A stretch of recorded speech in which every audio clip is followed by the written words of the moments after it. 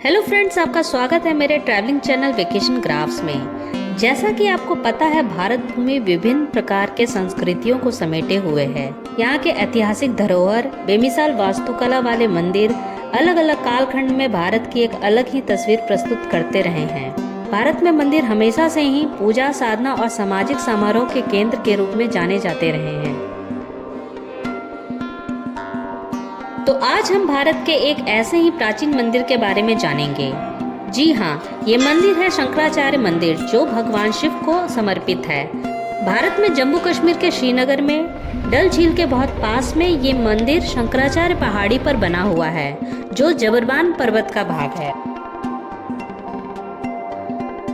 यह मंदिर समुद्र तल से 1100 फीट की ऊंचाई पर बना हुआ है। पहाड़ी के तल से मंदिर के मुख्य द्वार तक व्हीकल अलाउड है। टैक्सी, ऑटो या पर्सनल व्हीकल से आप मुख्य द्वार तक पहुंच सकते हैं। पार्किंग एरिया से थोड़ी दूर चलने पे मंदिर का मुख्य द्वार नजर आ जाता है। वहीं पे सेना द्वारा सिक्योरिटी चेकिंग से गुजरना पड़ता है। फिर मुख्य द्वार से करीब 234 सीढ़ियां चढ़कर मंदिर के सामने बाग तक पहुंचा जा सकता है। यहाँ आप कुछ पल बैठ सकते हैं। अगर ऊपर मंदिर के गर्भ तक पहुंचना है तो 36 सीढ़ियां और चढ़नी पड़ती है। ऊंचाई पर होने के कारण इस मंदिर से श्रीनगर शहर और पूरे डल झील का एक सुंदर नज़ारा दिखाई देता है। विशेष रूप से पीर पंजाल रेंज के बर्फ से ढके पहाड़ भी यहाँ से देखे जा सकते हैं। शंकराचार्य मंदिर के वास्तुकला की बात करें तो मुख्य रूप से कश्मीरी शैली को हम देख सकते हैं। पहाड़ के ठोस चट्टान पर बना हुआ है एक अष्टकोणीय आधार, जो 20 फीट ऊंचा है और वर्गाकार इमारत को सहारा देता है। अष्टकोण के हर एक भुजे की लंबाई 15 फीट है। नीचे बाग से ऊपर गर्भगृह तक जाने के लिए 36 सीढ़ियां हैं, जो पहले आधार के छत तक जाती है और फिर आधार के केंद्र में बने मंदिर के गर्भगृह तक। ये 36 सीढ़ियां हिंदू दर्शन के अनुसार माना जाए तो ब्रह्मांड को बनाने वाले 36 तत्वों का प्रतिनिधित्व करती है। गर्भगृह गोलाकार, छोटा और अंधेरा कमरा है, जहां विशालकाय शिवलिंग स्थापित है। गर्भगृह के अंदर वीडियोग्राफी और फोटोग्राफी मना है।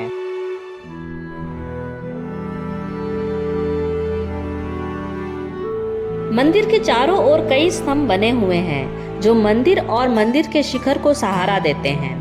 मंदिर में कुछ फारसी नक्काशी भी है, जो इसकी वास्तुकला को और अधिक लोकप्रिय बनाती है।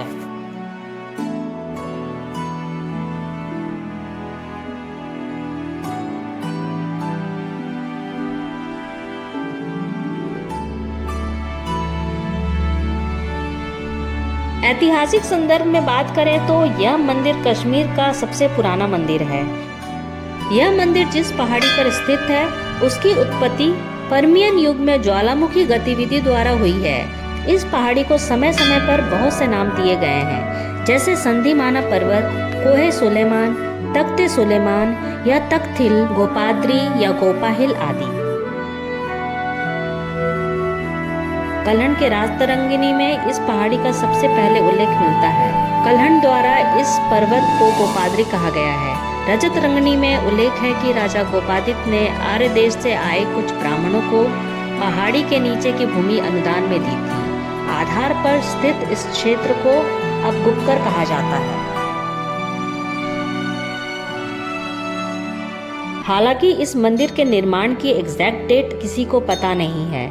इस मंदिर को कई बार आक्रमणकारियों और प्राकृतिक आपदाओं के हमले भी झेलने पड़े हैं और अलग अलग समय पर अलग अलग शासकों द्वारा मंदिर का जीर्णोद्धार कराया जाता रहा है। इसी कारण इस मंदिर के निर्माण में कई राजाओं का योगदान रहा है। माना जाता है कि 2629 से 2564 ईसा पूर्व तक हिंदू राजा सैंडीमन का कश्मीर में राजकाल था और उन्होंने इस मंदिर का निर्माण कराया था। कल्हण के राजतरंगिणी में उल्लेख है कि राजा गोपादित्य ने 371 ईसा पूर्व के आसपास इस पहाड़ी की चोटी पर एक शिव मंदिर बनवाया था। इनके शासनकाल में मंदिर में कई तरह के मरम्मत भी होते रहे थे। कुछ लोगों का मानना है कि इस मंदिर को 200 ईसा पूर्व में मौर्य सम्राट अशोक के पुत्र जलूका द्वारा बनवाया गया था। इसी कारण बौद्ध धर्म में भी इस मंदिर का विशेष महत्व है। प्रसिद्ध इतिहासकार अबुल फजल ने उल्लेख किया है कि कराकोट राजवंश के राजा ललितादित्य के शासनकाल में यानी 697 से 734 ईस्वी के बीच भी इस मंदिर में मरम्मत का काम हुआ। माना जाता है कि 8वीं शताब्दी में जब आदि शंकराचार्य यहाँ आए थे, तब से इस मंदिर और पहाड़ी का नाम शंकराचार्य के नाम से जाना जाने लगा। जानकारी मिलती है कि मंदिर की वर्तमान संरचना 9वीं शताब्दी की है, तब वहाँ सिखों का शासनकाल था। मंदिर में शिवलिंग भी इसी समय रखा गया था और तभी से मंदिर में नियमित प्रार्थनाओं और त्योहार समारोहों की शुरुआत हुई थी।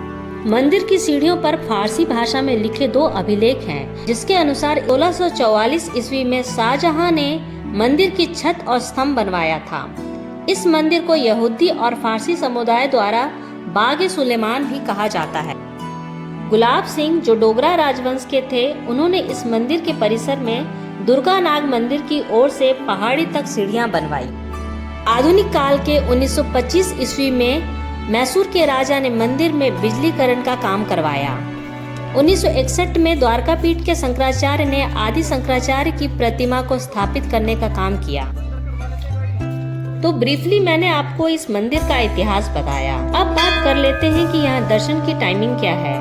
वैसे कहें तो मन में बसे भगवान के दर्शन तो हम जब चाहे कर सकते हैं, पर यदि आप शंकराचार्य मंदिर में दर्शन के लिए जाना चाहते हैं तो आपको मैं बता दूं, मंदिर सुबह 6 बजे खुलता है और तभी से कार, ऑटो और सवारी वाले व्हीकल को अंदर जाने की अनुमति मिल जाती है।